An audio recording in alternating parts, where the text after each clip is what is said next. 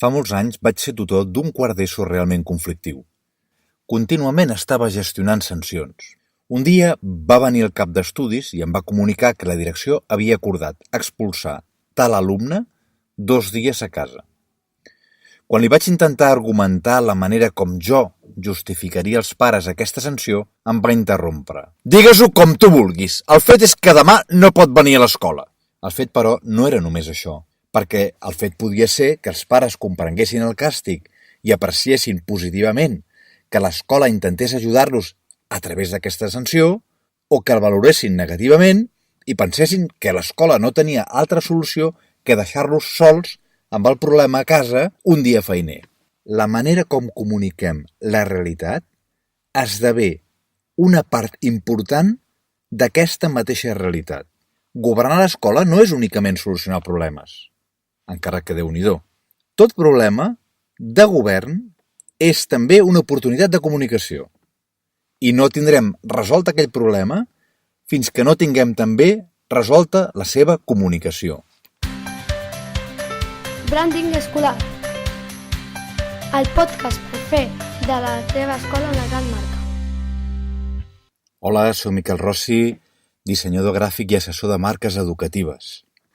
Els que treballeu en una escola o en un institut, sobretot amb cursos d'adolescents, aquesta situació que us he descrit us resultarà molt familiar. En una escola passa de tot. Cada dia sorgeixen problemes grans i petits que exigeixen actuacions immediates. És com qui va tapant forats en una embarcació. D'altra banda, aquests problemes fan passar molt sovint un mal tràngol als directius i als tutors, perquè han de comunicar males notícies a les persones afectades i no és agradable. Hem modificat els grups en el pas de quart d'ESO a primer de batxillerat per fer un nivell menys, la ràtio. I ara estem rebent moltes trucades de pares i de mares que no estan contents amb el grup que ha tocat el seu fill. El Vicenç està de baixa per depressió.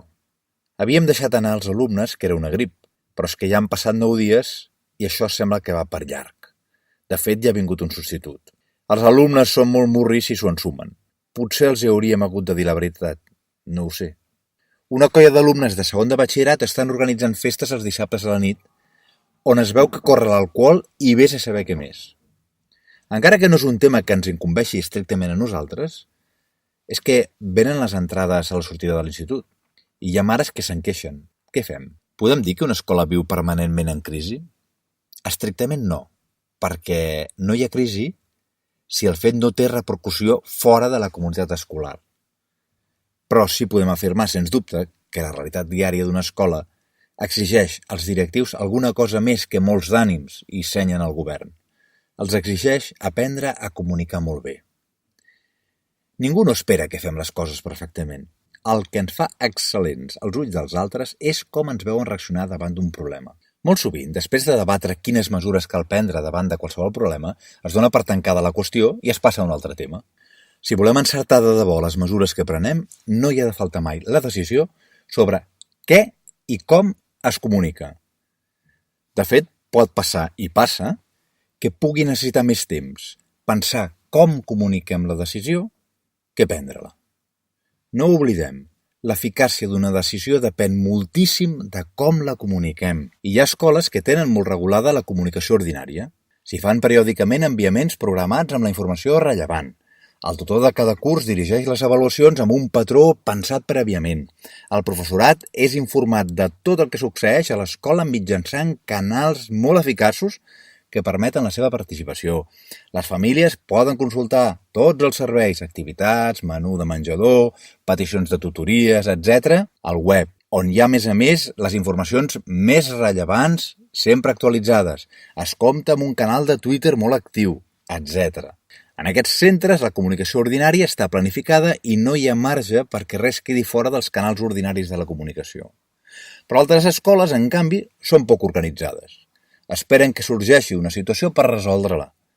Els canals de comunicació són portats per gent diferent, cada un. La web, les cartes, els butlletins, i entre ells no hi ha comunicació.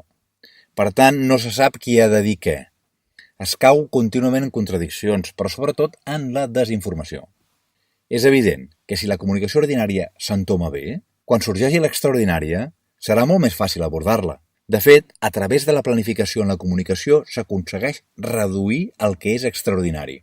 Per exemple, és possible preveure anticipadament moltes de les situacions que es produeixen ordinàriament en una escola i la manera com les comunicarem.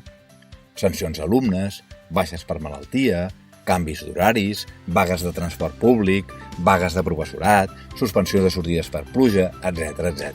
Les escoles que ho fan així, fins i tot quan es trobin davant de crisis autèntiques, actuaran amb celeritat i encert i aconseguiran reduir l'impacte de la crisi. La setmana que ve més. A reveure.